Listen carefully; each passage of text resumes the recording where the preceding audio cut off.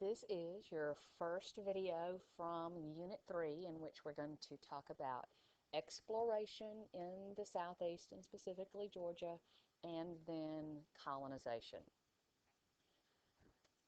From the beginning, the foods that people ate are pretty much some of the same things that we eat today.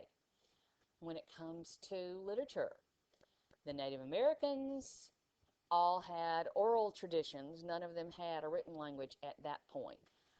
Later on during the colonization period, Georgia settlers received, when they got to Georgia, a Bible and a prayer book.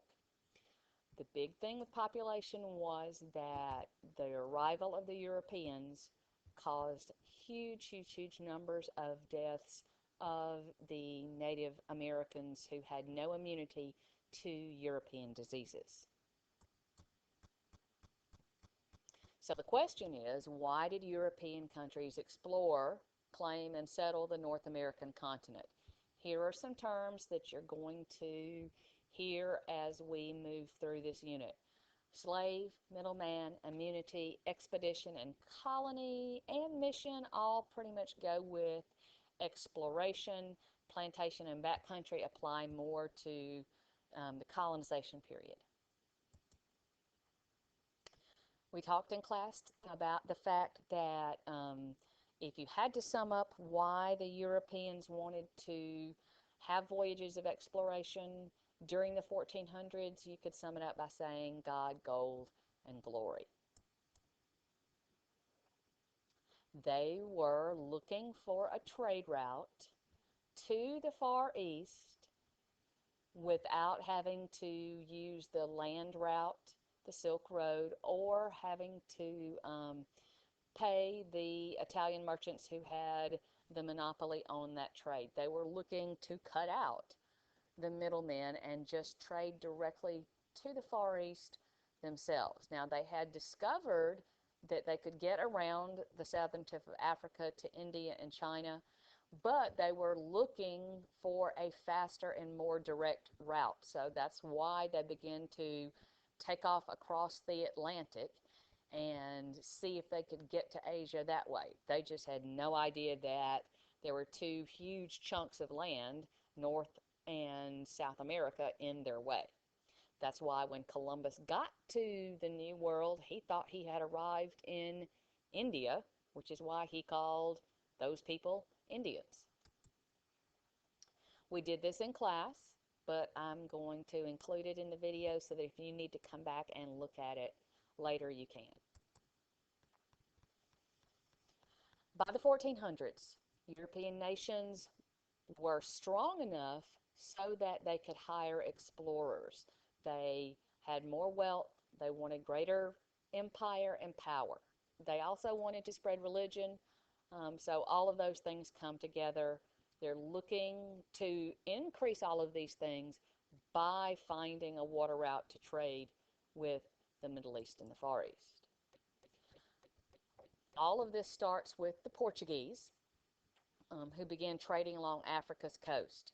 You read today in class that slavery in West Africa was very different from what slavery became in the Americas. In West Africa, it was not a permanent thing. You might be a slave because you were captured in a war or owed a debt, but it did not go on and affect your children. Well, when the institution of slavery moved to the New World, it became a permanent thing.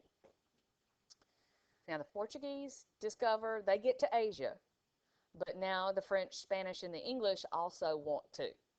So these countries, which are now powerful enough, form armies and navies, and innovations in shipping make this possible. They developed a new kind of ship called a caravel.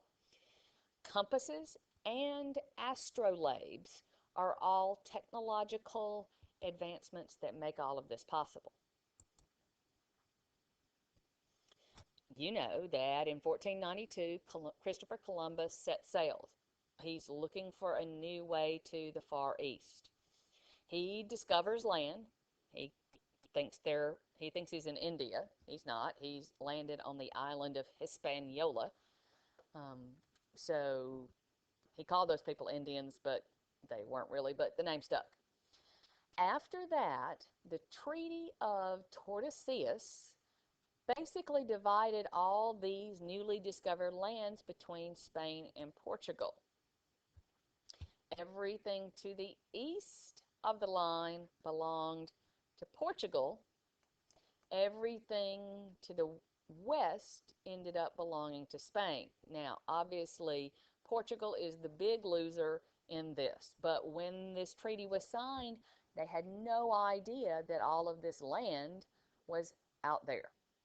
That's why the language spoken in Brazil is Portuguese.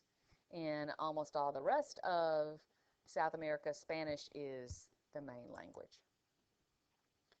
Now, what happened when these people began to encounter the folks in the Americas? We talked today about the exchange of plants and animals called the Columbian Exchange. And just as important, germs were exchanged, specifically smallpox, so that the result of the Europeans getting to the New World was that 90% of the native people died.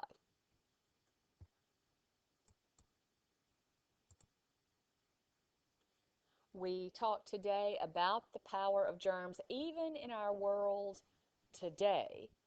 So you might want to tell your parents about that because it's interesting. We will talk tomorrow more specifically about smallpox. Now, what about Georgia? The earliest Spanish explorations in North America happened not long, just 20 years after Columbus's first voyage. The Spanish were looking for gold and silver.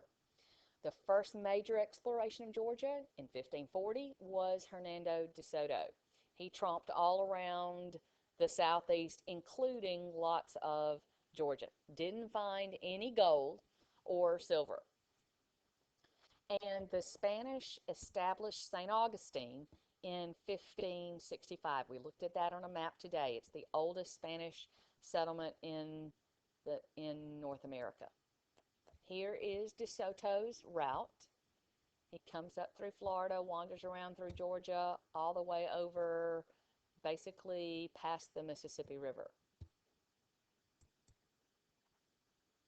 The Spanish set up missions in order to sort of explore and try to convert the Indians, which in some cases went well, but in many cases not very well at all.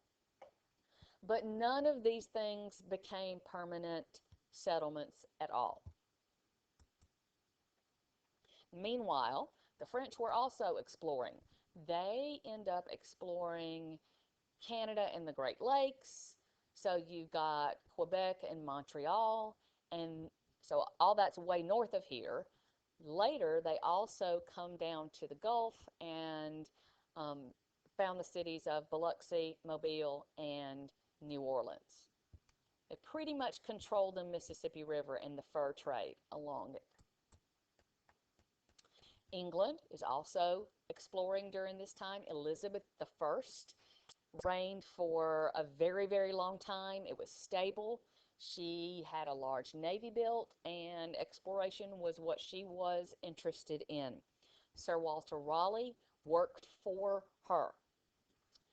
England established the first permanent colony in America at Jamestown in 1607. So when we talk about Georgia being the baby colony, being founded in 1732, 1733, it is over 100 years after the founding of Jamestown. By the 1660s, the English king gives supporters a huge chunk of land between Virginia and Spanish Florida.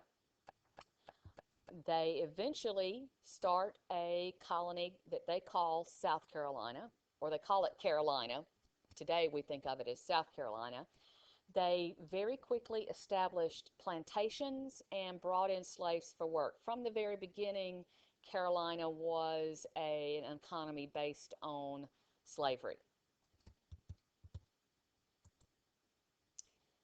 Here's a map that gets us basically to the founding of Georgia, which is after the founding of Carolina, and we will start with that on the next video.